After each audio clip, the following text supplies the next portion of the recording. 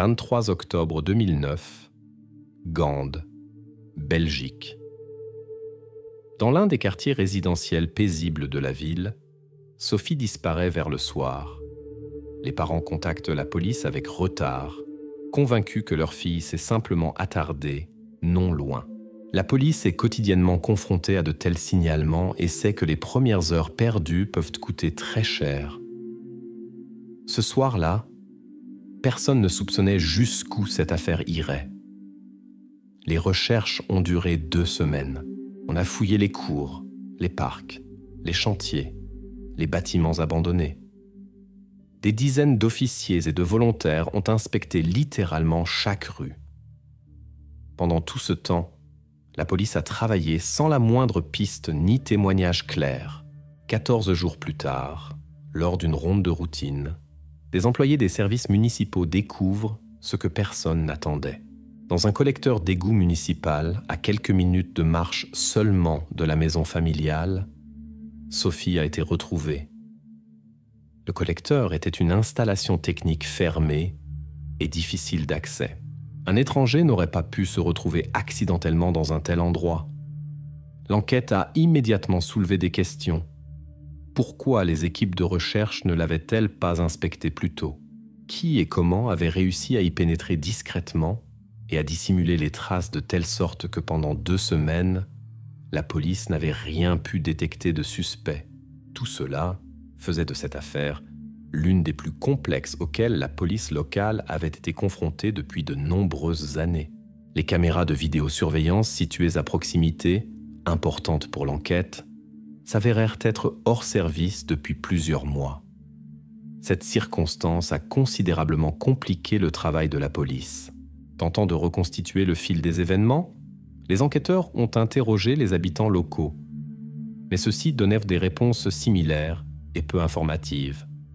Ce soir-là, rien d'inhabituel n'avait été remarqué. Ni voitures étrangères, ni individus suspects, ni cris ou bruits. Une soirée ordinaire dans un quartier ordinaire. La seule source d'information provenait de témoins occasionnels. Cependant, leurs dépositions se sont révélées inutiles pour l'enquête. Certains avaient assez vu Sophie près du magasin, d'autres de l'autre côté du pâté de maison. Les heures indiquées coïncidaient à tel point que la police a supposé que les témoins pouvaient se tromper ou avoir vu une autre personne. Aucune image claire n'a pu être reconstituée. L'enquête a également noté une erreur grave des parents, le signalement tardif. Les procès-verbaux indiquaient que les premières heures avaient été perdues à cause de leur excès de confiance, pensant que rien de grave n'était arrivé. Cela a grandement compliqué le travail des policiers, déjà embrouillés par les témoignages contradictoires. La police a d'abord vérifié le cercle social de la famille et les voisins. L'attention a été attirée par un voisin, un homme d'âge moyen nommé Jean-Pierre. Il avait déjà eu des démêlés avec la justice.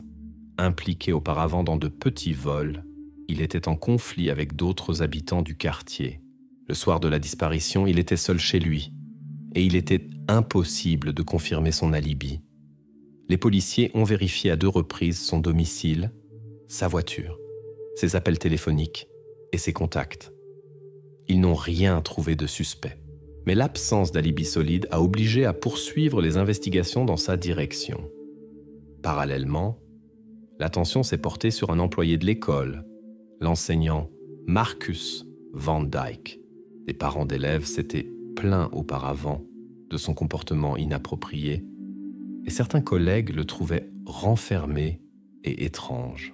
Mais l'enquête s'est rapidement heurtée à un alibi solide.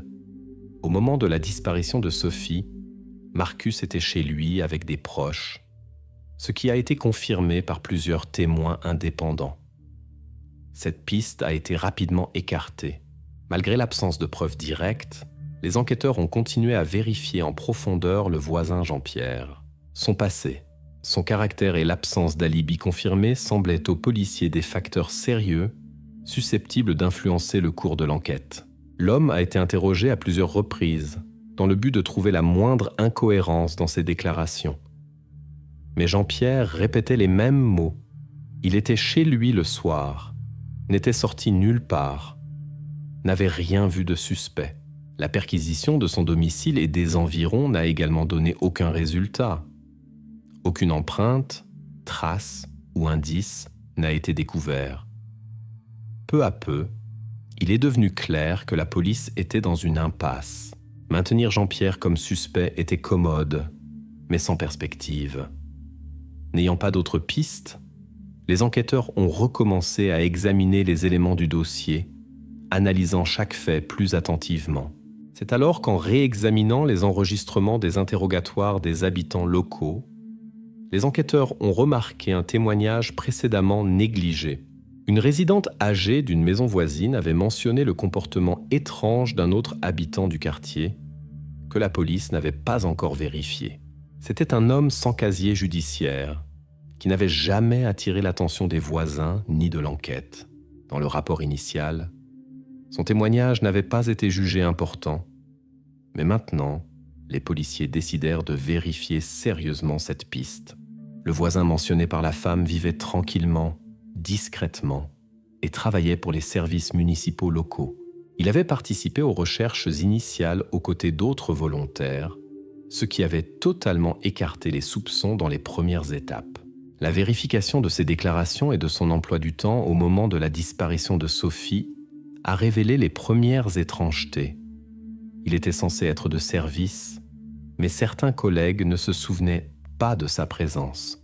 L'enquête s'est concentrée sur cette nouvelle information, obligeant la police à vérifier plus minutieusement les déclarations de celui que personne n'avait initialement soupçonné. Lorsque l'attention de la police s'est tournée vers l'identité de l'employé de l'école Marcus Van Dyke, il est devenu évident que les choses n'étaient pas aussi simples qu'elles le paraissaient au départ avec cet homme. Cet employé discret et effacé de l'école, qui n'éveillait aucun soupçon autour de lui, s'est avéré avoir un passé criminel. Lors d'une nouvelle vérification, la police a découvert que plusieurs années avant les faits décrits, Marcus avait été condamné pour détention de matériel interdit. Cette découverte a complètement changé la perception de sa personne aux yeux des enquêteurs, les incitant à examiner plus attentivement son passé et son mode de vie actuel.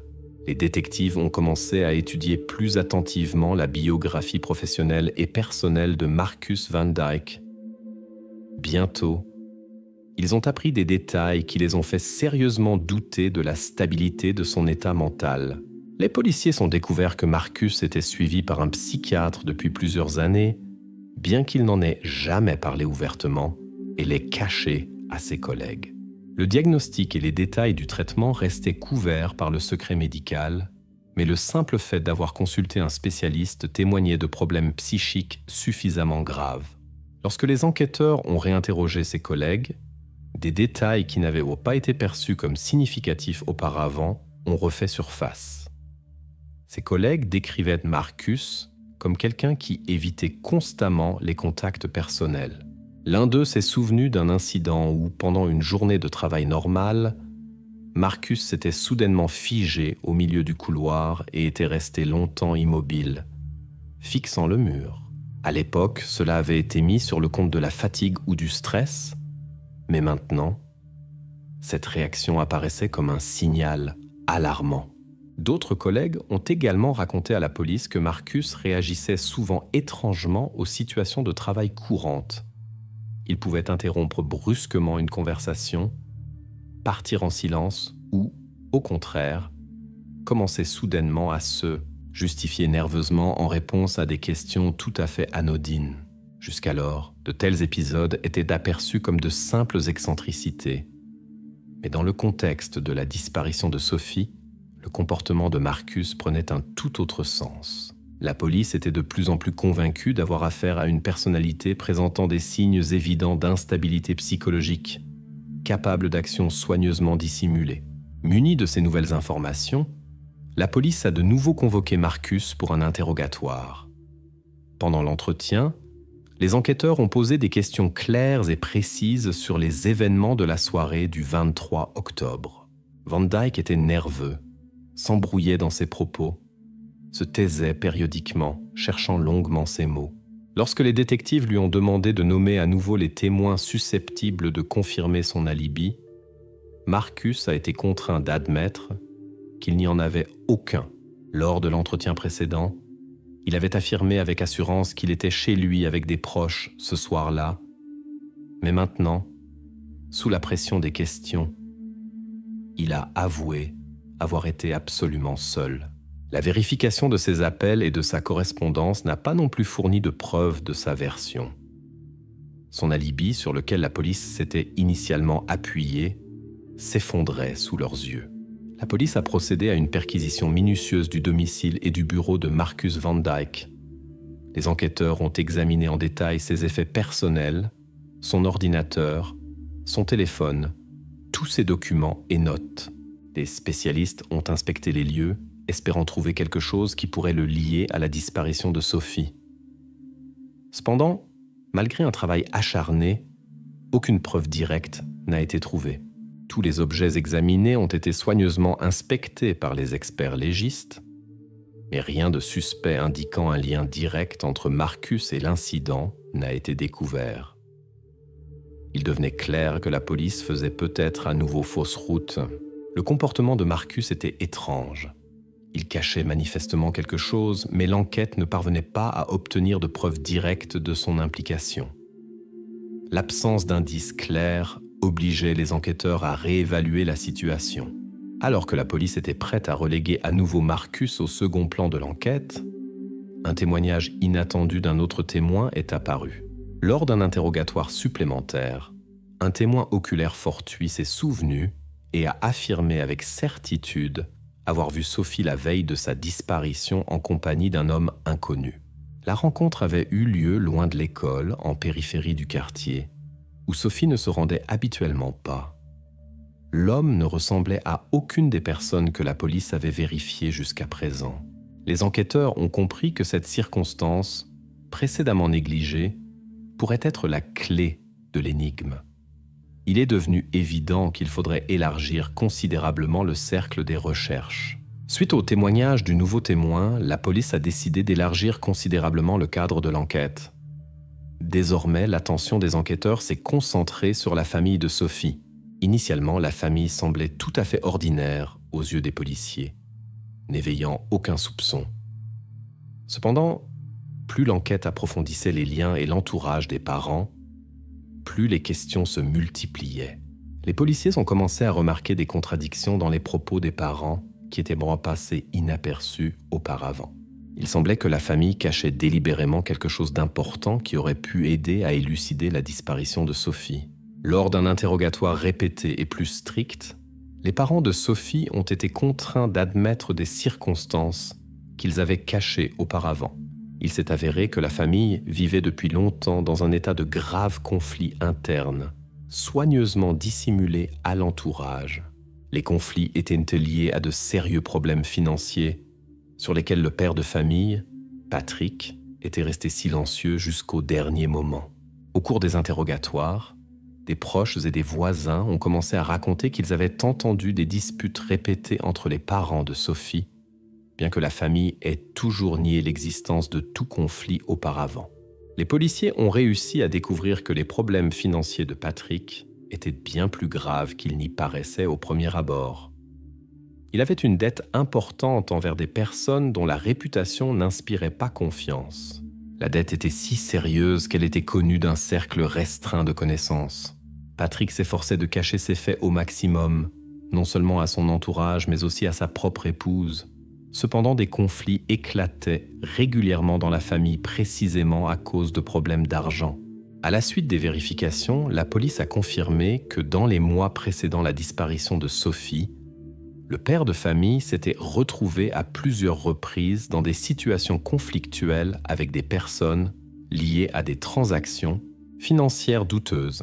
Ces personnes, bien qu'elles ne fussent pas des figures du crime organisé, représentaient clairement une menace certaine. L'enquête a émis l'hypothèse que les circonstances liées à la dette de Patrick pourraient avoir un rapport avec ce qui s'était passé. Les policiers ont convoqué les parents de Sophie pour un nouvel interrogatoire. Cette fois, la conversation a été plus dure, plus directe qu'auparavant. Les détectives ont présenté à la famille des faits dont ils n'avaient pas parlé précédemment, et les parents ont été contraints d'admettre ce qu'ils cachaient. La mère de Sophie a avoué qu'elle était au courant des problèmes financiers de son mari et de ses dettes, bien qu'elle l'ait initialement nié, craignant que l'enquête ne considère leurs problèmes familiaux comme la cause de la disparition de leur Phil. Sous la pression des détectives, Patrick a raconté que ces dernières semaines, il avait été régulièrement menacé par des créanciers exigeant le remboursement urgent d'une grosse somme d'argent. Il a reconnu avoir eu des conversations conflictuelles avec des individus douteux, mais a nié fermement que cela puisse être lié à la disparition de sa fille. Malgré cela, les enquêteurs ont considéré avec suspicion le fait que les parents aient dissimulé des faits aussi importants qui auraient pu influencer le cours de l'enquête. Cet aveu a considérablement ébranlé la confiance de la police envers la famille. L'hypothèse est apparue au sein de l'enquête que les déclarations initiales des parents avaient pu être intentionnellement déformées ou incomplètes pour cacher les véritables motifs de l'incident. Désormais, la police avait des raisons de croire que les problèmes familiaux de Patrick auraient pu provoquer l'incident impliquant sa fille. Sur la base de ces nouvelles circonstances, la police a commencé à vérifier activement la piste d'une vengeance contre la famille par l'enlèvement d'un proche. Pendant plusieurs jours, les enquêteurs et les experts légistes ont mené des entretiens avec les personnes liées aux dettes financières du père. Ils ont vérifié les relevés téléphoniques, examiné les contacts de Patrick au cours des derniers mois, tentant de trouver d'éventuelles menaces ou des allusions cachées à de telles actions. Cependant, malgré une vérification détaillée de chaque contact, de chaque personne impliquée dans les affaires financières du père de Sophie, rien de suspect n'a été trouvé. Aucun des suspects potentiels n'avait de raison évidente de commettre un crime contre la famille. La plupart de ceux à qui le père devait de l'argent n'avaient que des revendications financières et ne dépassaient pas le stade des menaces ou des propos agressifs. L'enquête se retrouvait à nouveau dans une impasse, perdant du temps et des ressources sur des vérifications infructueuses de la piste de la vengeance familiale. Au moment où la police s'apprêtait à abandonner la piste des conflits familiaux, un autre témoin oculaire s'est présenté au commissariat. Cette personne a rapporté que le soir précédant la disparition de Sophie, elle avait vu un homme ressemblant fortement à l'inconnu mentionné précédemment par un autre témoin. L'homme avait été aperçu tout près de l'endroit où Sophie a été retrouvée plus tard. Le témoin a décrit son comportement comme suspect, bien qu'il n'y ait pas prêté une grande attention sur le moment. Le témoignage de ce témoin a complètement changé le cours de l'enquête. Les enquêteurs ont réalisé que la piste du conflit familial et des dettes financières n'était peut-être pas du tout liée au véritable mobile du crime. Il devenait maintenant clair qu'une personne restée jusqu'alors totalement en dehors du champ de vision de la police pouvait être impliquée dans l'affaire. Les déclarations du nouveau témoin ont définitivement changé l'orientation des recherches. Les enquêteurs ont identifié l'homme aperçu le soir de la disparition de Sophie près de l'endroit où elle a été retrouvée. Il s'agissait d'un résident local auquel aucun policier n'avait pensé auparavant. L'homme vivait à quelques minutes à pied de la famille, dans une maison discrète au bout de la rue.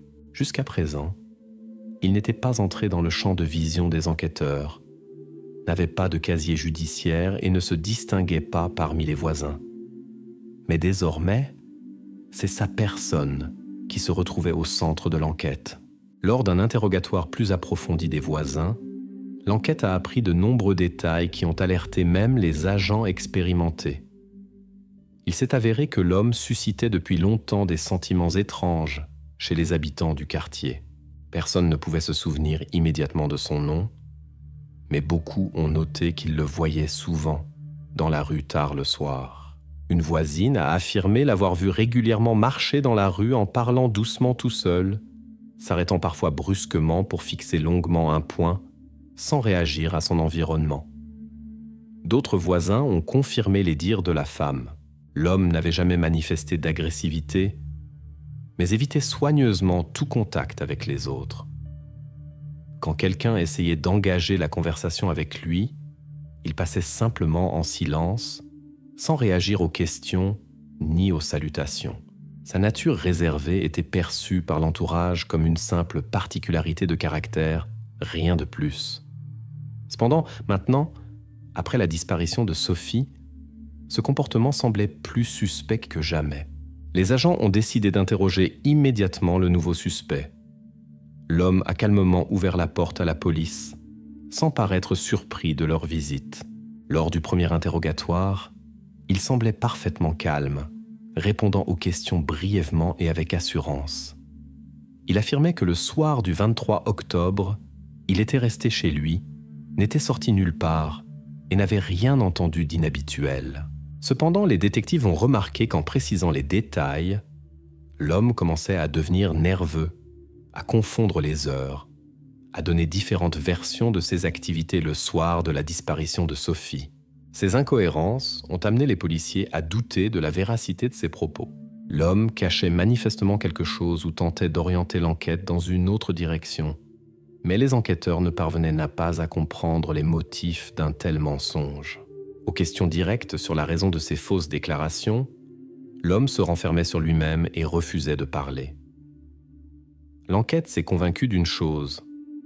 Cet homme en savait manifestement plus qu'il ne le disait. Cependant, des vérifications ultérieures ont révélé un autre détail inattendu. La police a identifié le témoin qui avait le premier désigné ce suspect. Lors de la vérification, il s'est avéré que ce témoin avait également un passé difficile et avait été repéré à plusieurs reprises par la police pour des infractions mineures et des escroqueries. L'enquête a eu des raisons de supposer que le témoin avait pu délibérément orienter la police vers une autre personne pour détourner l'attention de ses propres problèmes avec la justice. Cela a obligé la police à suspendre temporairement la pression sur le nouveau suspect et à réexaminer l'identité du témoin. Pendant plusieurs jours, les enquêteurs ont vérifié tous les liens du témoin, cherchant une éventuelle tentative délibérée de tromperie ou de provocation envers l'enquête. Malgré les efforts déployés, aucune preuve concrète d'une tentative de tromper la police n'a été trouvée. La fausse piste, résultant des problèmes passés du témoin, n'a fait que compliquer l'enquête et embrouiller à nouveau la situation. Pendant ce temps, un autre groupe d'agents a poursuivi la vérification de la biographie du nouveau suspect. En examinant les données médicales de l'homme, la police a découvert qu'il était suivi depuis de nombreuses années par un psychiatre pour de graves problèmes de santé mentale. Les rapports médicaux indiquaient que son état s'était brusquement détérioré peu avant la disparition de Sophie. Ce fait est devenu extrêmement préoccupant pour les enquêteurs, car de telles circonstances n'avaient jamais été prises en compte auparavant. L'homme se trouvait dans un état psychologique grave, et personne autour de lui n'y prêtait attention. Les policiers ont de nouveau consulté un expert psychiatre pour comprendre dans quelle mesure l'état du suspect pouvait être lié à l'incident. Le spécialiste a confirmé leurs craintes. Une personne dans un tel état pouvait commettre des actes sortant complètement du cadre du comportement habituel, sans en réaliser les conséquences. Désormais, la question de l'implication de cet homme qui semblait auparavant tout à fait inoffensif dans la disparition de Sophie se posait à nouveau pour la police. Après de longs mois d'enquête, les enquêteurs ont enfin réussi à découvrir qui était derrière la disparition de Sophie. Le coupable s'est avéré être un résident local de 37 ans, un homme qui vivait dans une petite maison en périphérie du même quartier, à seulement quelques centaines de mètres de la famille de la victime. Personne parmi ses connaissances, ses voisins ou ses collègues ne le soupçonnait d'agressivité ou de comportement dangereux. Pour tout son entourage, il était simplement un homme tranquille, presque invisible, menant une vie ordinaire et sans histoire. Pourtant, c'est cet homme qui s'est retrouvé au centre des événements qui ont secoué toute la ville. Lors de la phase finale de l'enquête, l'homme a avoué intégralement son acte, décrivant en détail ses actions ce soir-là. La confirmation de ses dires a été trouvée par les experts et les criminalistes grâce à des vérifications détaillées et des expertises officielles. L'enquête a établi que le crime n'avait pas été prémédité. L'homme n'avait pas traqué Sophie, ne s'était pas préparé spécifiquement à cet acte. Tout s'est produit de manière totalement soudaine, impulsive et chaotique. Ce soir-là, il était sorti de chez lui sans but précis. Les enquêteurs, s'appuyant sur les déclarations de l'homme et les résultats des expertises, ont pu reconstituer presque entièrement son itinéraire. Il errait dans les rues, absorbé par ses pensées, sans rien planifier de concret. Lorsqu'il a rencontré Sophie par hasard, une réaction impulsive s'est produite, que les spécialistes ont par la suite qualifiée de crise psychique soudaine. Lui-même n'a pas pu expliquer par la suite pourquoi il avait fait ce qu'il avait fait, affirmant avoir agi de manière automatique, sans conscience des conséquences de ses actes. L'expertise a confirmé que l'homme souffrait effectivement d'une grave maladie mentale, dont une crise aiguë s'était produite précisément ce soir-là. L'état de l'accusé a été jugé critique et dangereux pour autrui. Il n'a pas tenté de dissimuler les détails à l'enquête après ses aveux, soulignant seulement qu'il ne se contrôlait pas à ce moment-là et ne se souvenait pas de nombreux détails. Les documents officiels de l'expertise médicale corroboraient entièrement ses dires. Le comportement du suspect n'était pas conscient. Il résultait d'un trouble psychique qui s'était brusquement aggravé dans un contexte de situation de vie difficile. Cependant, ce qui a particulièrement impressionné les policiers, c'est la manière dont l'homme avait réussi à dissimuler son implication pendant si longtemps. Après son acte, il était rentré tranquillement chez lui, avait continué à mener une vie absolument normale, sans montrer aucun signe d'anxiété ou de peur. Au travail, personne n'avait remarqué le moindre changement dans son comportement. Les voisins ont admis plus tard qu'ils ne pouvaient pas croire qu'un homme aussi calme et discret ait pu commettre un crime aussi terrible. Les forces de l'ordre ont passé plusieurs dizaines d'heures à étudier les enregistrements des caméras de surveillance dans d'autres quartiers pour confirmer les déclarations du suspect concernant son itinéraire ce soir-là. Il avait soigneusement évité les itinéraires où il aurait pu y avoir des témoins, se déplaçant par les cours et les ruelles peu fréquentées. Les agents ont reconnu que c'était précisément l'absence de casier judiciaire et son apparence discrète qui avaient été les facteurs clés lui permettant de rester longtemps hors du radar de l'enquête. Sa capacité à mener une vie ordinaire après son acte a surpris même les détectives expérimentés. Le tribunal, se basant sur toutes les preuves recueillies et les conclusions de l'expertise médicale, a reconnu l'accusé coupable. Mais compte tenu de sa grave maladie mentale, l'homme n'a pas été envoyé en prison, mais en traitement psychiatrique à vie dans un établissement fermé de haute sécurité. Pour la famille de Sophie, cette décision de justice n'a apporté aucun réconfort. Les parents se sont retrouvés dans une situation d'incertitude et de désespoir total. Bien que le coupable ait été identifié et puni, la famille n'a jamais obtenu de réponse aux questions les plus douloureuses pour eux. Pourquoi cela est-il arrivé précisément à leur être cher?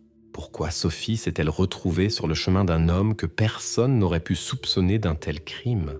Les enquêteurs, les experts légistes et les psychologues qui ont mené cette affaire n'ont pas pu donner aux parents des réponses claires, susceptibles d'apaiser un tant soit peu leur chagrin. Les crimes réels se terminent rarement par des réponses claires et la justice s'avère parfois formelle et peu consolante. Cette histoire est restée à jamais gravée dans la mémoire des habitants de la ville, comme un rappel que derrière le calme apparent et la routine quotidienne peut se cacher une menace que personne ne soupçonne. Quand Emily Harris a été retrouvée le soir du 25 avril sur le bord de la route dans le comté d'Ellis, au Kansas, policiers et médecins ne pouvaient pas croire qu'elle avait pu parcourir une telle distance par elle-même. Elle a été découverte par des fermiers locaux presque 3 heures après sa disparition. À la question de l'enquêteur sur la façon dont elle s'était retrouvée sur la route, la fillette a répondu doucement « Je veux rentrer à la maison. Où est ma maman ?» Ce qui s'est exactement passé pendant ces 3 heures et qui était derrière cette disparition choquante est devenue l'énigme principale de l'une des affaires les plus retentissantes du comté d'Ellis. Comté d'Ellis, État du Kansas. Un endroit paisible avec des champs à perte de vue et de petites fermes éparpillées le long de vieilles routes de terre. La vie y coule lentement et de façon prévisible. Il n'y a presque pas de visages étrangers et la nouvelle de la disparition d'Emily Harris, 9 ans, y semblait impossible. La journée du 25 avril 2014 s'annonçait sombre et fraîche. Un violent orage avait éclaté dans la matinée, endommageant les lignes électriques, et une partie du comté s'était retrouvée sans électricité. À 15h55, comme d'habitude, le bus scolaire s'est arrêté au vieux carrefour. La dernière à descendre fut Emily Harris, fille des fermiers locaux John et Lisa Harris. Pour rentrer chez elle, elle devait parcourir un peu plus d'1 kilomètre en ligne droite. Un chemin familier qui prend environ 15 minutes. Mais ce jour-là, Emily n'est pas rentrée chez elle. Sa disparition a marqué le début d'une enquête qui allait révéler des faits inattendus et effrayants. La police a réagi rapidement. Une demi-heure après l'appel alarmant de Lisa Harris, des officiers étaient déjà présents au carrefour. Mais les difficultés ont immédiatement commencé. La caméra de surveillance, la seule sur cette portion de route, ne fonctionnait pas depuis le matin. L'orage matinal avait coupé l'alimentation et la batterie de secours ne s'était pas activée. Sans l'enregistrement, la police est restée sans idée claire de ce qui s'était passé sur la route après le départ du bus. Les premiers témoignages sont apparus à 16h12. 2 fermiers voisins, indépendamment l'un de l'autre, ont entendu passer une voiture au moteur inhabituellement rauque. Mais dans la description du véhicule, leurs mots ne coïncidaient pas. Le premier l'a décrit comme un SUV vert foncé, sale, avec une carrosserie haute. Le second était certain qu'il s'agissait d'un vieux pick-up, plutôt noir ou sombre, qui roulait trop vite pour une route locale. Les policiers ont commencé à inspecter le territoire. À environ 200 mètres de l'endroit où Emily avait été vue pour la dernière fois, le détective James Crane a remarqué une trace de pneu solitaire. Il l'a photographiée et a appelé les experts criminalistiques. Quelques minutes plus tard, il a recommencé à pleuvoir. Conscients de la menace de perdre cette preuve, les policiers ont recouvert l'empreinte d'un film plastique, le fixant avec des pierres. Mais la pluie s'est intensifiée et, malgré leurs efforts, l'eau a partiellement érodé la terre autour de la trace. Les experts sont arrivés rapidement, mais n'ont plus pu obtenir une empreinte complète. La photographie prise par le détective Crane est restée la seule image utile de la trace du véhicule impliqué dans la disparition d'Emily. Les premiers soupçons de la police se sont portés sur le chauffeur du bus scolaire, Mark Larson, 57 ans. Larson était le dernier adulte à avoir vu Emily. Lors de l'interrogatoire, il a calmement expliqué qu'il avait remarqué comment son couteau de poche rose bien-aimé était tombé de ses mains lorsqu'elle s'était retournée pour lui faire signe. Mais il n'y avait pas prêté attention et était parti. Mark parlait directement et avec assurance, mais les policiers ont remarqué qu'il était nerveux, répétant constamment les mêmes mots. Malgré les doutes, l'alibi de Larson était confirmé par ses collègues et les enregistrements d'autres caméras sur le parcours. Cependant, des questions à son sujet subsistaient. Le deuxième suspect était le fermier Byron Cole, voisin des Harris, connu pour son caractère renfermé. Dans l'intervalle de 16h à 16h30, il était le seul à se trouver dans la rue près de sa ferme. Cole a affirmé qu'à ce moment-là, il tirait sur des coyotes. L'arme a été vérifiée immédiatement, mais rien de suspect n'a été trouvé. Néanmoins, personne ne pouvait confirmer ces dires, car le fermier vivait seul et il n'y avait pas de témoins. Les détectives ont inspecté sa maison et sa voiture, mais n'ont trouvé aucune preuve indiquant son implication. La police ne pouvait pas aller plus loin. À 18h, la police a effectué une inspection supplémentaire du bus dans lequel voyageait Emily. Dans le compartiment à bagages, ils ont trouvé son couteau de poche rose. Il ne portait pas les empreintes digitales du conducteur ou d'autres personnes étrangères, seulement celles d'Emily. Larson continuait d'affirmer qu'il avait vu le couteau tomber de la main de l'enfant près de la sortie. Il ne pouvait pas expliquer comment il s'était retrouvé dans le coffre. Mais après une brève vérification, il s'est avéré qu'Emily avait déjà perdu ce couteau à plusieurs reprises et ses parents l'ont confirmé à l'enquête. Cette piste s'est avérée fausse, bien que certaines questions au conducteur du bus soient censées rester sans réponse. À 18h50, presque 3 heures après la disparition d'Emily, les époux Hunter revenaient par la route d'une ville voisine. Il faisait déjà presque nuit, la visibilité était mauvaise, la route à peine éclairée par les phares de la vieille Ford. Soudain, ils ont aperçu une silhouette sur le bas-côté. Ils ont d'abord pensé qu'il s'agissait d'un animal renversé, mais en s'approchant, ils ont compris. C'était une personne. C'était Emily Harris. Le couple s'est rapidement arrêté.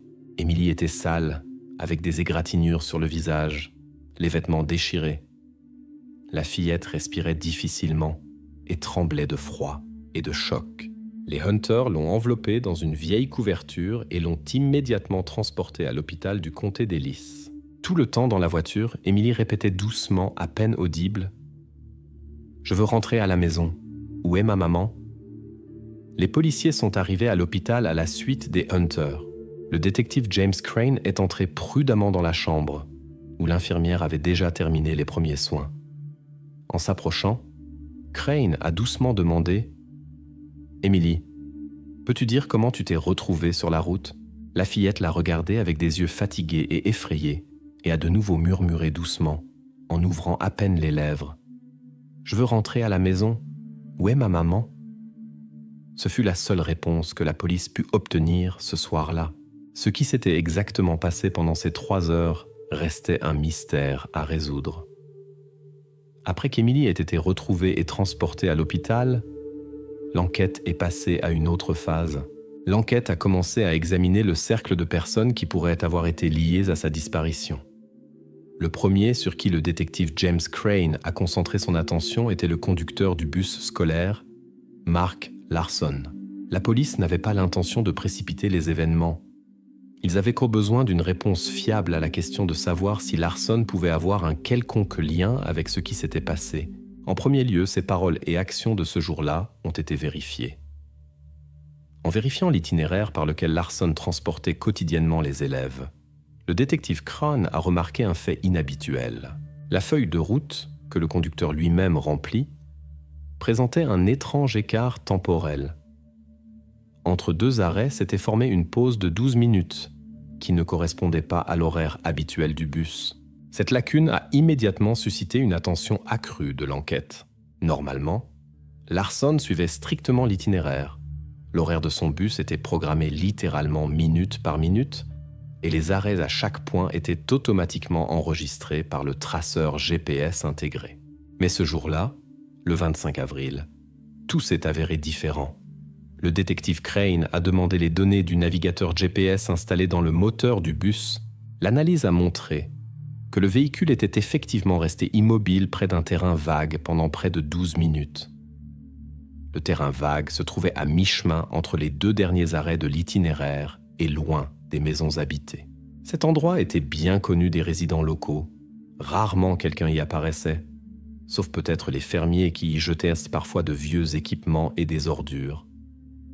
La police a commencé à vérifier Larson lui-même plus minutieusement. Sa biographie professionnelle et son dossier personnel ont été étudiés. Il a bientôt été découvert que l'année précédant l'incident, le conducteur avait eu un incident qui s'était soldé par une sanction disciplinaire. Larson avait gravement dépassé la vitesse à proximité immédiate d'une école primaire du comté d'Ellis, ce qui avait failli entraîner de graves conséquences. À l'époque, le conducteur l'avait expliqué en disant qu'il était prétendument pressé en raison de circonstances familiales. Le cas avait été documenté et était resté dans son dossier personnel. Ces détails ne rendaient pas Mark automatiquement coupable, mais la police notait chaque détail, essayant de construire une image objective.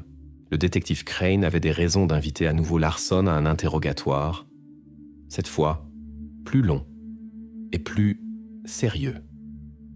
Il voulait obtenir une explication pour cette pause de 12 minutes.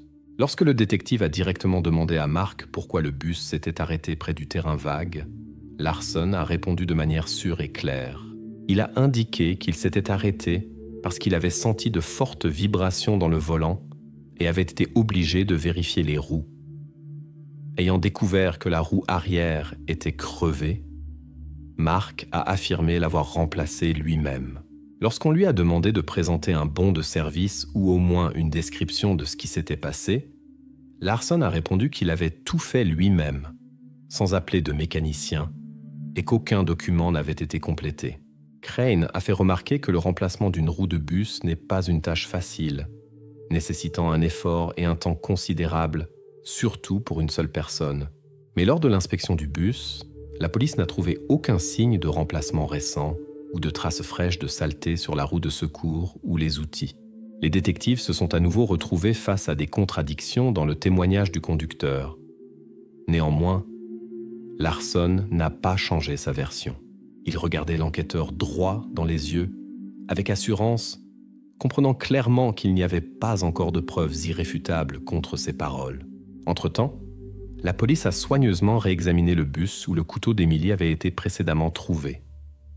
Cette fois, les criminologues ont soigneusement examiné le compartiment à bagages.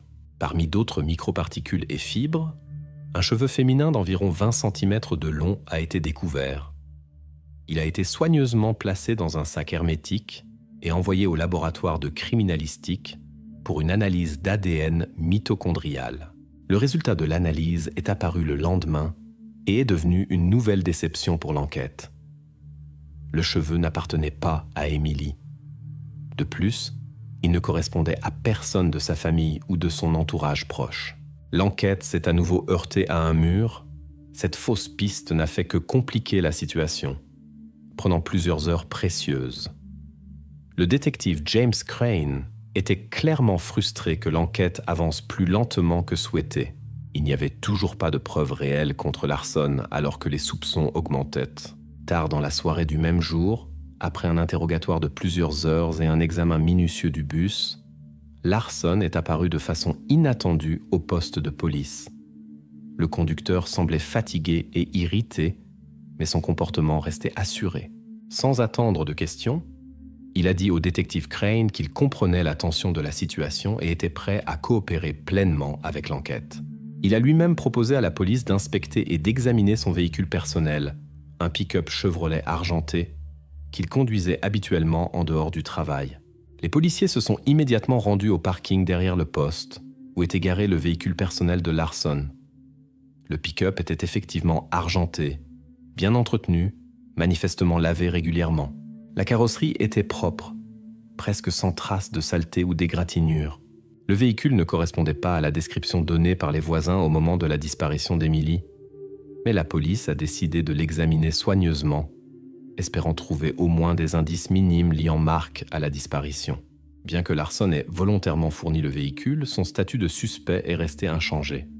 Pour la police, cela ressemblait davantage à une tentative de confirmer sa propre innocence. Cependant, plus Larson s'efforçait de montrer sa non-implication, plus il devenait suspect aux yeux de la police.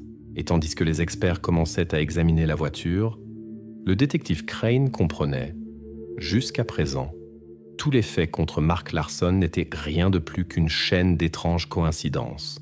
Mais il ne pouvait pas non plus les ignorer. Le puzzle commençait seulement à se former.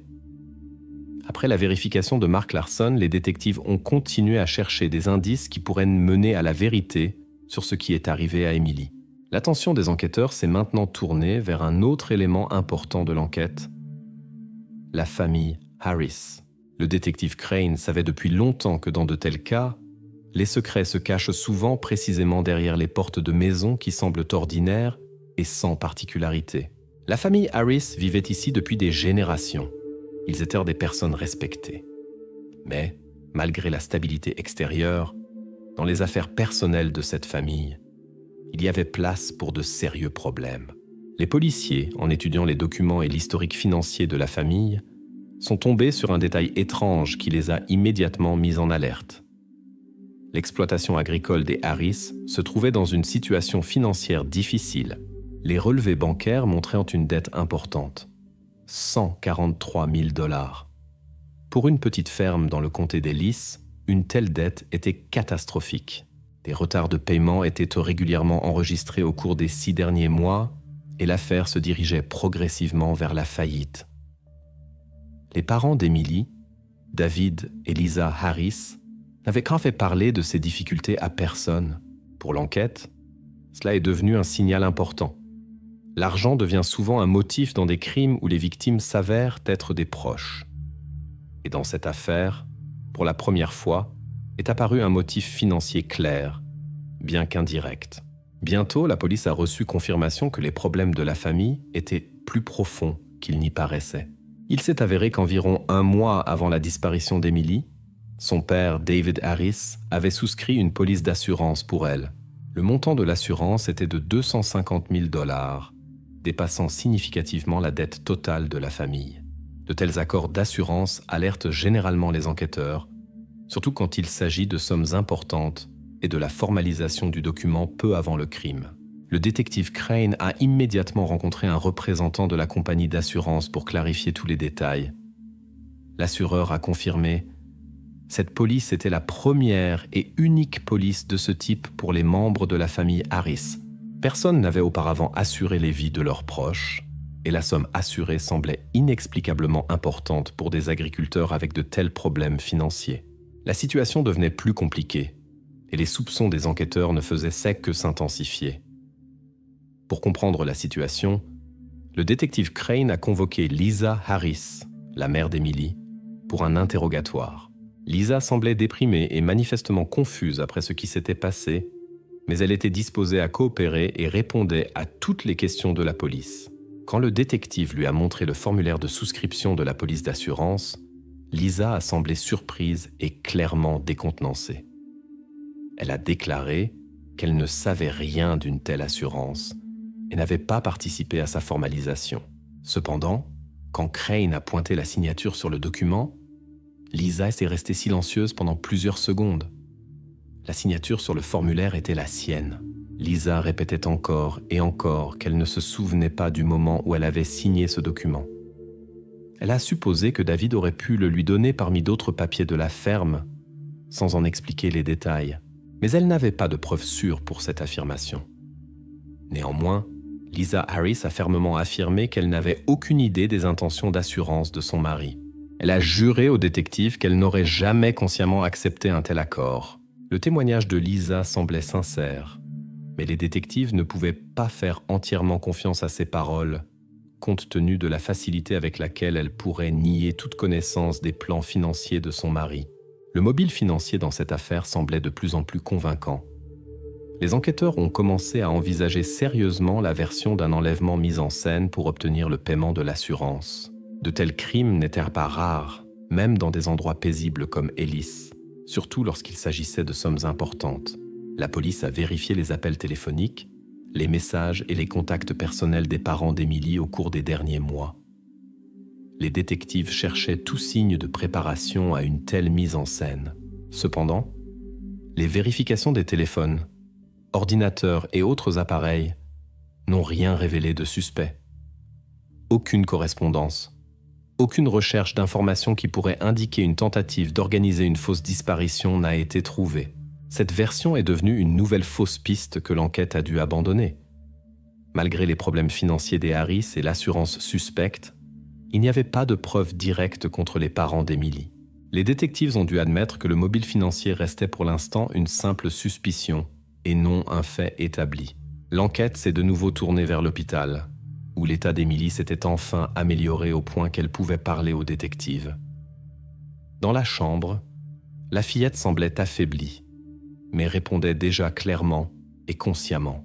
Lorsque le détective Crane lui a prudemment demandé si elle avait vu quelqu'un de ses proches ou connaissances au moment où elle se trouvait sur le terrain vague, Emily a répondu sans hésitation. « Il n'y avait personne des nôtres là-bas. Je n'ai vu personne.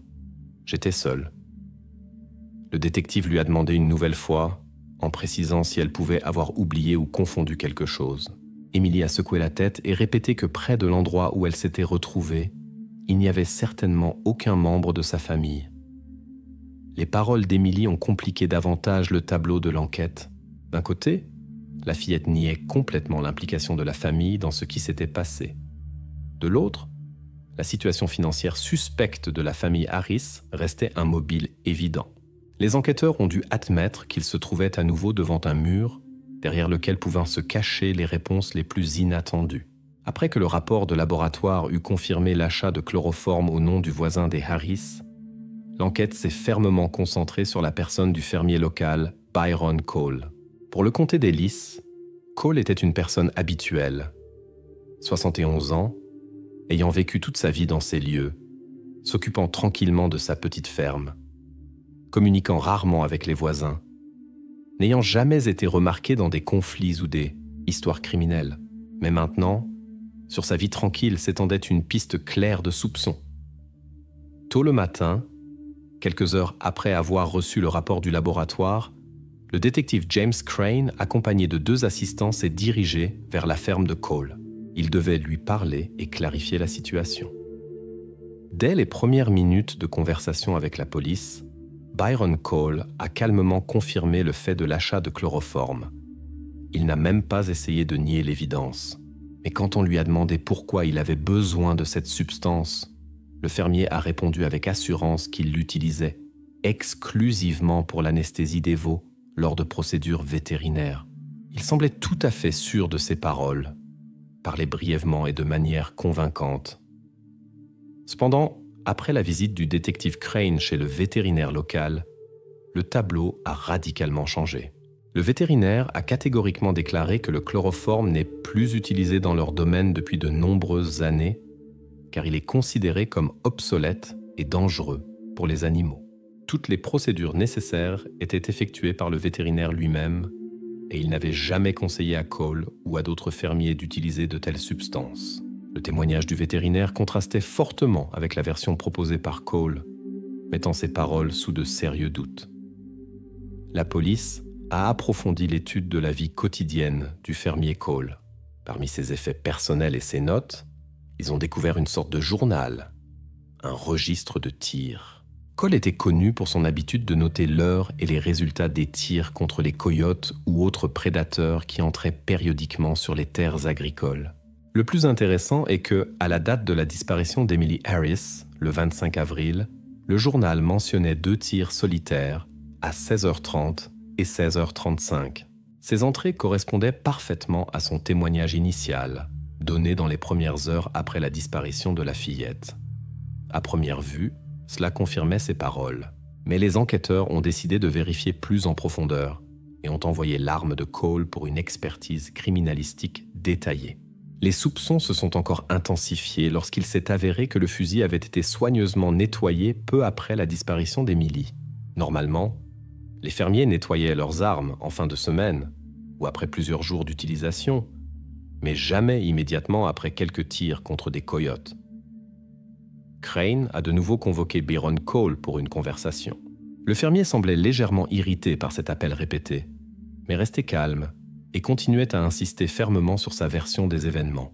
Il a décrit en détail comment exactement il avait vu le coyote près de la ferme, comment il avait pris le fusil, visé et tiré. Pour vérifier ses paroles, les policiers sont retournés à la ferme et ont soigneusement inspecté le territoire. Et effectivement, dans la terre à l'endroit indiqué par Cole, ils ont trouvé des traces confirmant que des balles du même calibre que celles du fermier avaient récemment pénétré dans le sol. À ce stade, les paroles de Cole semblaient pas plausibles et étaient confirmées par des preuves physiques. Cependant, le détective Crane a remarqué une particularité. Ils ont trouvé les balles dans la terre, mais il n'y avait pas de douille sur le terrain. Cole affirmait avoir tiré précisément de cet endroit, et si c'était vrai, les douilles seraient forcément restées sur le sol. En réponse à une question directe, Cole a affirmé avec assurance qu'il ramasse toujours les douilles et les jette séparément pour ne pas salir sa propriété. Les enquêteurs ont continué l'inspection de la ferme, entrant dans le vieux hangar où Cole gardait habituellement ses outils et provisions.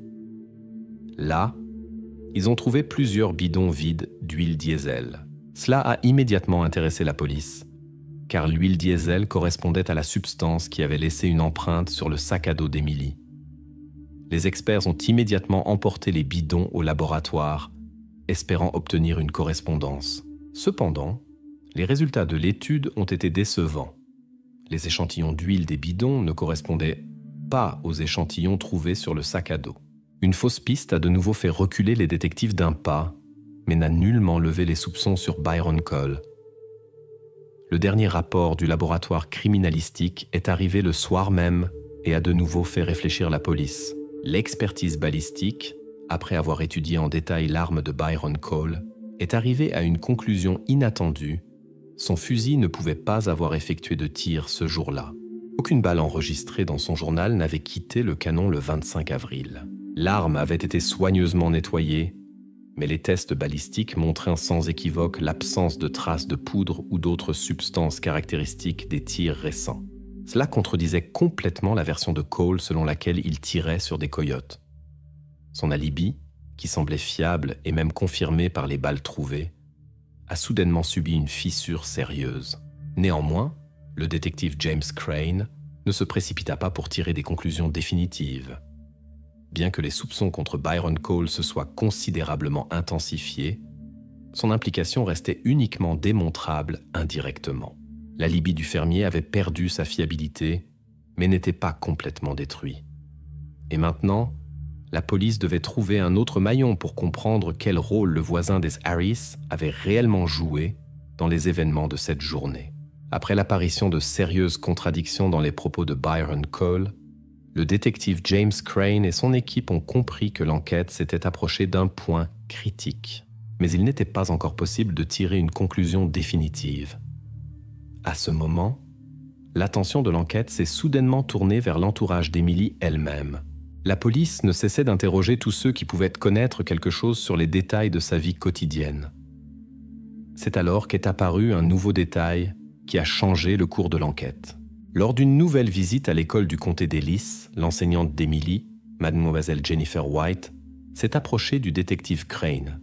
Elle a prudemment et silencieusement remis à la police le journal d'Emily, disant qu'elle l'avait conservé immédiatement après la disparition, mais n'avait pas tout de suite décidé que c'était important. Maintenant, après plusieurs jours, elle était certaine que la police devait le voir. Le journal était soigneusement rempli d'une écriture enfantine, et la police a immédiatement commencé à l'étudier. Crane comprenait qu'ils avaient maintenant la chance de voir l'histoire à travers les yeux d'Emily elle-même et peut-être de trouver de nouveaux détails. Les détectives ont soigneusement étudié chaque page du journal. Les entrées s'étaient un temps normal pour un enfant de son âge, mais l'une d'elles, faite environ 2 semaines avant la disparition, a immédiatement attiré une attention particulière. Emily avait écrit une courte phrase. « Pick-up avec une bosse près de l'autocollant postal. Il roule lentement derrière moi. » Ces mots ont immédiatement fait se tendre Crane. Personne n'avait parlé auparavant d'un tel véhicule. Dans cette même note, Emily ajoutait qu'elle craignait l'étranger avec des grains sous les ongles. Cette phrase était enfantine, mais indiquait très clairement que quelqu'un qui régulièrement manipulait des grains et travaillait de ses mains lui faisait peur. La police avait maintenant un nouveau détail clair, reliant l'entourage d'Emily à une personne inconnue. Le détective Crane s'est immédiatement rendu chez les parents d'Emily pour savoir s'ils connaissaient Boès quelque chose sur une voiture avec une bosse et un autocollant postal. Lisa Harris, la mère d'Emily, a répondu avec détermination qu'elle n'avait jamais remarqué un tel pick-up près de la maison ou sur le chemin de l'école. Elle semblait sincère et même surprise que sa fille puisse écrire sur quelque chose comme ça. Cependant, lorsque la police a posé la même question au père, David Harris, il a réfléchi un instant et s'est souvenu qu'en 2008 environ, lui-même possédait un vieux Ford F-150 avec une bosse similaire.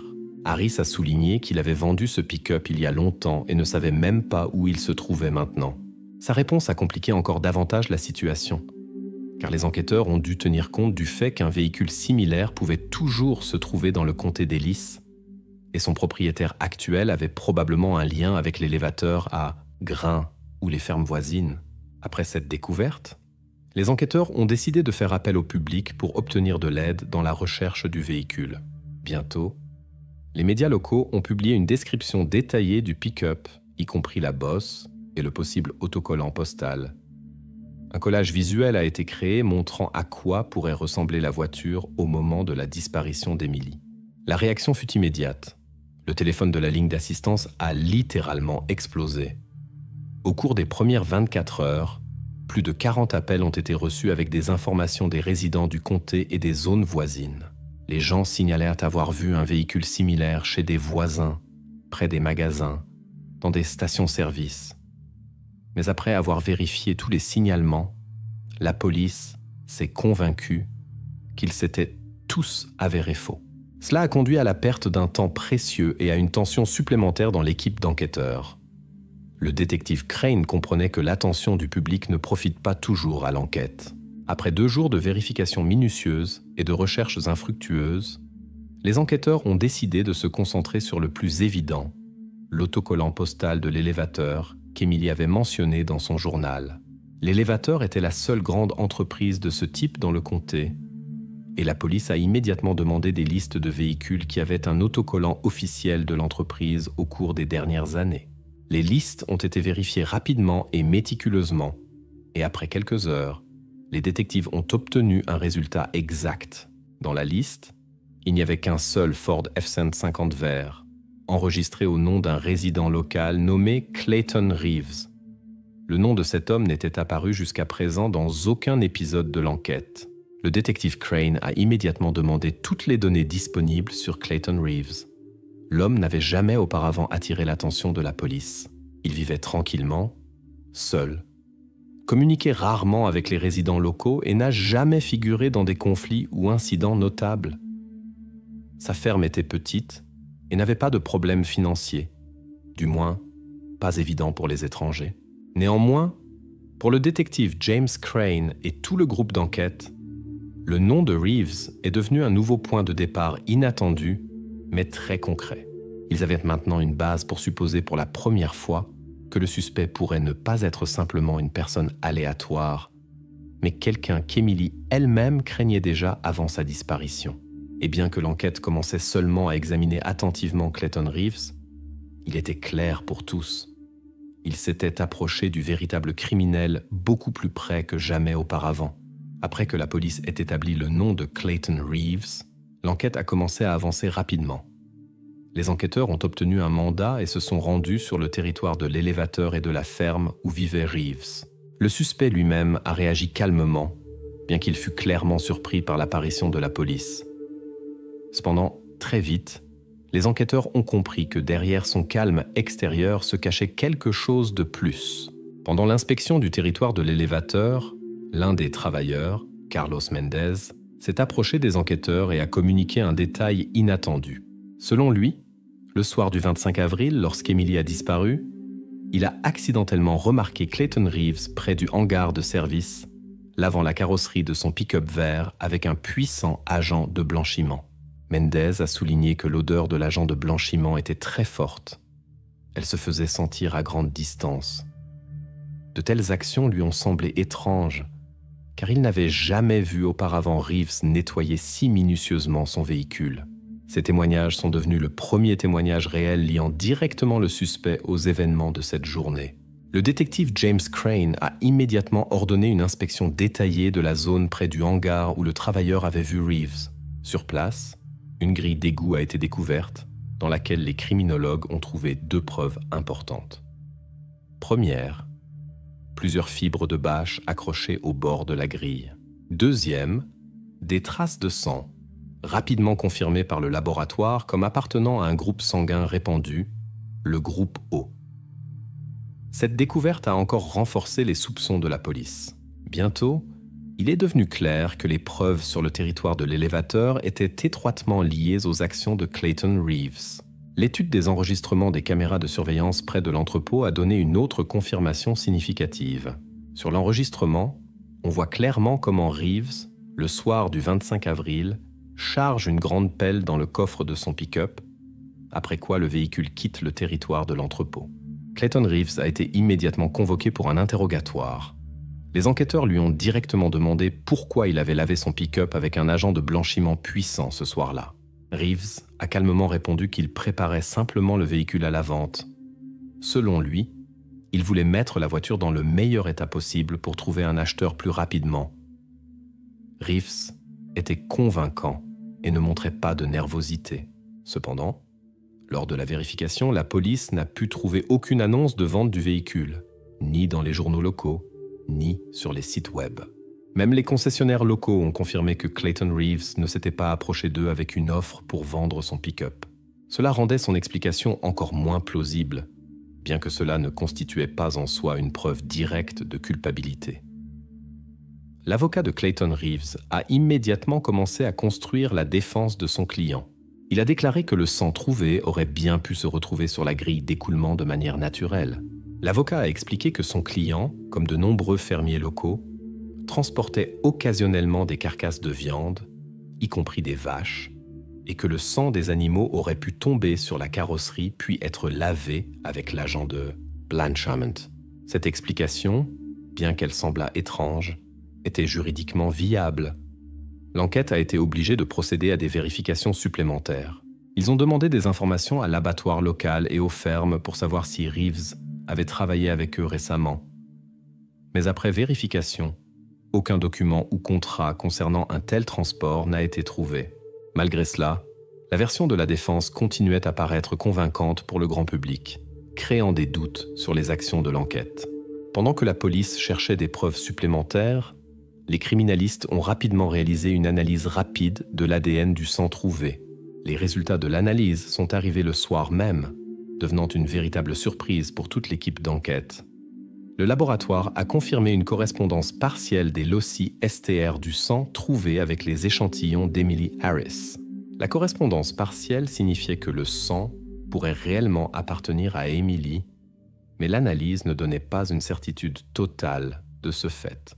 De tels résultats ne permettaient pas aux enquêteurs d'arriver à une conclusion catégorique, mais indiquaient clairement qu'Emily aurait pu se trouver sur le territoire de l'élévateur dans la voiture de Clayton Reeves le soir du 25 avril. C'était l'indice le plus sérieux obtenu pendant toute l'enquête. Mais c'est précisément son incomplétude qui ne permettait pas à la police d'arrêter immédiatement le suspect. D'un point de vue juridique, une telle analyse était considérée seulement comme une preuve circonstancielle et il était impossible de porter des accusations formelles sur cette base. Cependant, le détective James Crane et son équipe comprenaient clairement. Pour la première fois, ils avaient reçu une indication claire du lien direct de Reeves avec la disparition d'Emily. Malgré la résistance de l'avocat et l'absence de preuves directes, ils savaient qu'ils avaient maintenant le nom du véritable suspect. Cependant, l'incertitude des résultats de l'analyse ADN maintenait la situation tendue et ne permettait pas de se détendre. Devant eux, les enquêteurs faisaient face à une tâche difficile. Trouver des preuves finales et irréfutables, capables de faire la lumière sur les événements de ce jour, et enfin, clore l'une des affaires les plus retentissantes et douloureuses du comté d'Ellis. Les doutes concernant l'identité de Clayton Reeves se transformaient progressivement en certitudes fermes. Les correspondances partielles d'ADN, le comportement étrange du suspect et les témoignages de ses collègues sont devenus la base d'une inspection plus approfondie de la voiture de Reeves. Pour le détective James Crane et son équipe, il était important de trouver quelque chose de plus substantiel, pour que toutes les preuves circonstancielles convergent finalement en un point. Le lendemain matin a commencé par une deuxième inspection plus minutieuse du pick-up Ford F-Cent 50 vert de Clayton Reeves. Cette fois, les criminalistes ont extrait de la carrosserie une lourde bâche noire, soigneusement pliée dans un coin. À première vue, elle semblait être une couverture de travail ordinaire, utilisée par les agriculteurs partout à Ellis. Mais quand ils ont déroulé la bâche, les enquêteurs ont immédiatement senti l'odeur distinctive de l'argile humide et de la terre. Le long du bord, on pouvait voir de vieilles coupures usées, comme si quelqu'un avait essayé de couper un morceau de tissu pour cacher ou éliminer des traces. Crane a ordonné d'envoyer immédiatement des échantillons de la bâche au laboratoire pour analyse, sentant que cet indice pourrait être décisif. Les résultats du laboratoire n'ont pas tardé à arriver. Les experts ont établi que les spores d'herbes de prairie et les particules de sable de quartz trouvées à la surface de la bâche étaient identiques aux échantillons de sol du trou où la police avait précédemment trouvé des traces de pas d'Emily Harris. La correspondance était absolue et confirmait que précisément ce morceau de tissu aurait pu être utilisé directement à l'endroit de son séjour temporaire. Cependant, un autre détail est devenu beaucoup plus significatif et effrayant en même temps. Sur l'intérieur de la doublure de la bâche, les criminalistes ont pu découvrir une empreinte à peine visible et faible d'une petite paume. La taille et le caractère de l'empreinte correspondaient parfaitement à ce qu'Emily aurait pu laisser. C'était une preuve sérieuse qui liait le suspect directement à la disparition de la fillette. Maintenant, la police avait une indication directe qu'Emily aurait pu se trouver précisément dans la voiture de Clayton Reeves. Les détectives ont immédiatement convoqué Reeves au poste pour un autre interrogatoire. pour présenter les nouvelles preuves. Mais le suspect continuait à maintenir un calme et un sang-froid enviables.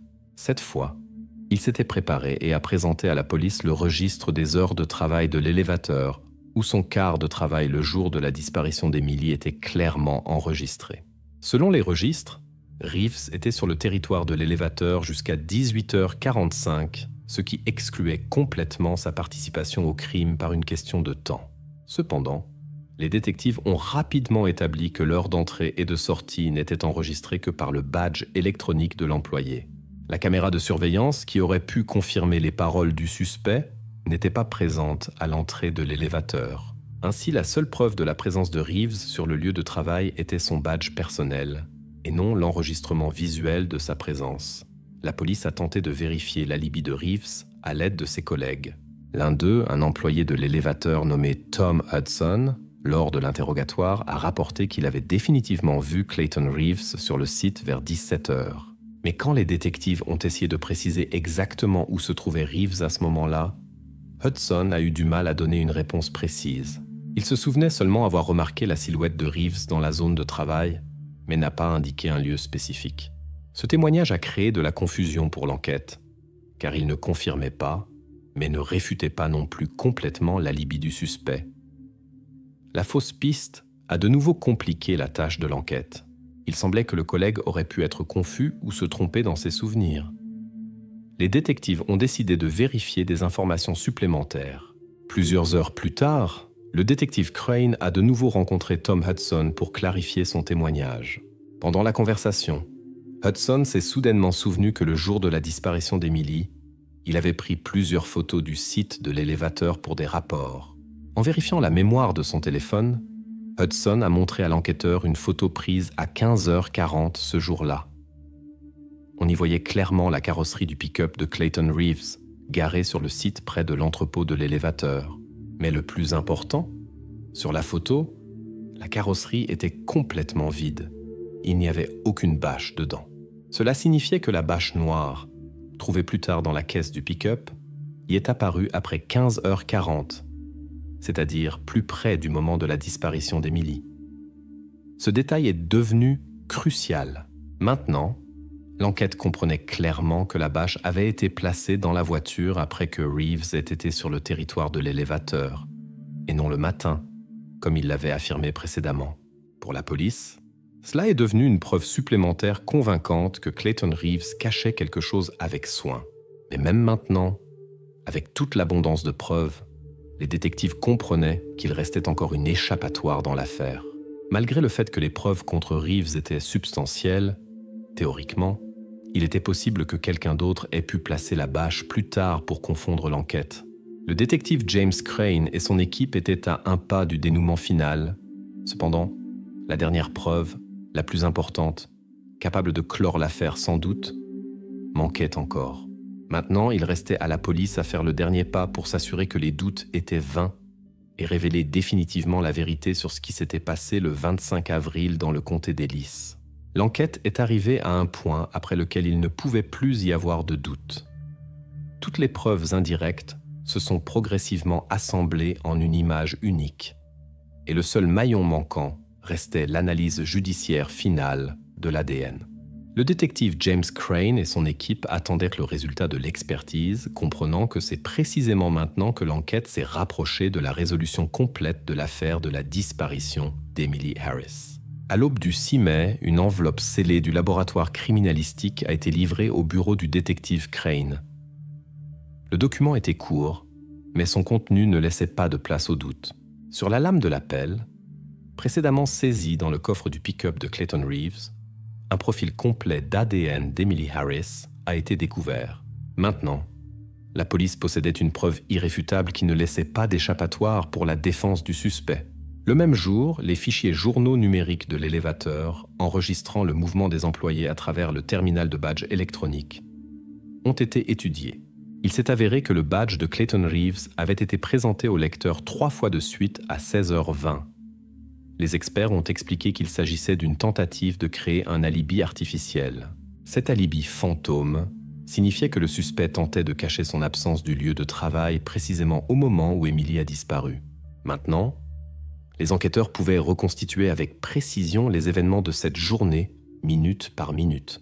Le 25 avril, immédiatement après qu'Emily soit descendue du bus, Clayton Reeves s'est approché dans son Ford F-150 vert et lui a proposé de la ramener chez elle, lui disant que cela raccourcirait son chemin.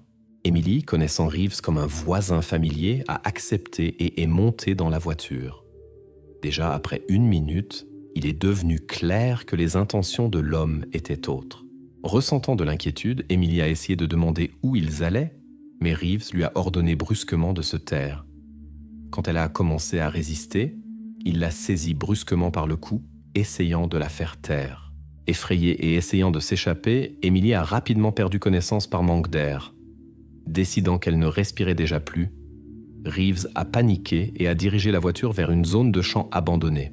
À 17h10, il s'est arrêté sur un terrain vague, a sorti une pelle et a commencé à creuser rapidement un trou peu profond, se hâtant de cacher les traces du crime.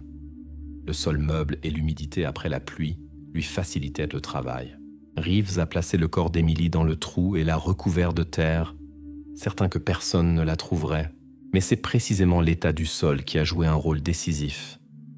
La terre meuble et humide a permis à Emily, en reprenant conscience, de percer elle-même la couche supérieure et de sortir. Comprenant à peine ce qui se passait, elle a instinctivement rampé vers la route, où presque 2 heures plus tard, elle a été découverte par les fermiers Hunter. Le 9 mai, la police du comté d'Ellis a obtenu un mandat d'arrêt contre Clayton Reeves. Les officiers sont arrivés à la ferme du suspect tôt le matin. Voyant les voitures de police et comprenant l'inévitabilité de l'arrestation, Reeves a fait une tentative désespérée d'échapper à sa responsabilité. Il s'est précipité vers son pick-up, tendant la main vers un fusil à pompe qui se trouvait derrière le siège. Mais l'officier qui s'attendait à une telle réaction a été plus rapide. Le tir d'un pistolet électrique a immobilisé le suspect. Le procès judiciaire a commencé plusieurs mois plus tard et a rapidement attiré l'attention de tout le comté d'Ellis. Lors des audiences, la défense de Reeves soutenait obstinément que ce qui s'était passé était le résultat d'une réaction de panique et non d'un crime prémédité. Les avocats insistaient sur le fait qu'il ne voulait tuer personne, mais qu'il a seulement pris peur quand il a réalisé que la fille avait perdu connaissance. Cependant, pour le tribunal et le jury, de tels arguments semblaient insuffisants à la lumière de toutes les preuves et indices recueillis par l'enquête. La sentence finale a été prononcée le 12 juin 2015. Le tribunal du comté d'Ellis a reconnu Clayton Reeves coupable de commission du crime et l'a condamné à la réclusion à perpétuité sans droit à une libération conditionnelle pendant 45 ans. Lorsque la sentence a été prononcée, un silence absolu régnait dans la salle d'audience. Emily Harris était présente à l'audience avec ses parents. Après la fin de l'audience, elle est sortie lentement du palais de justice.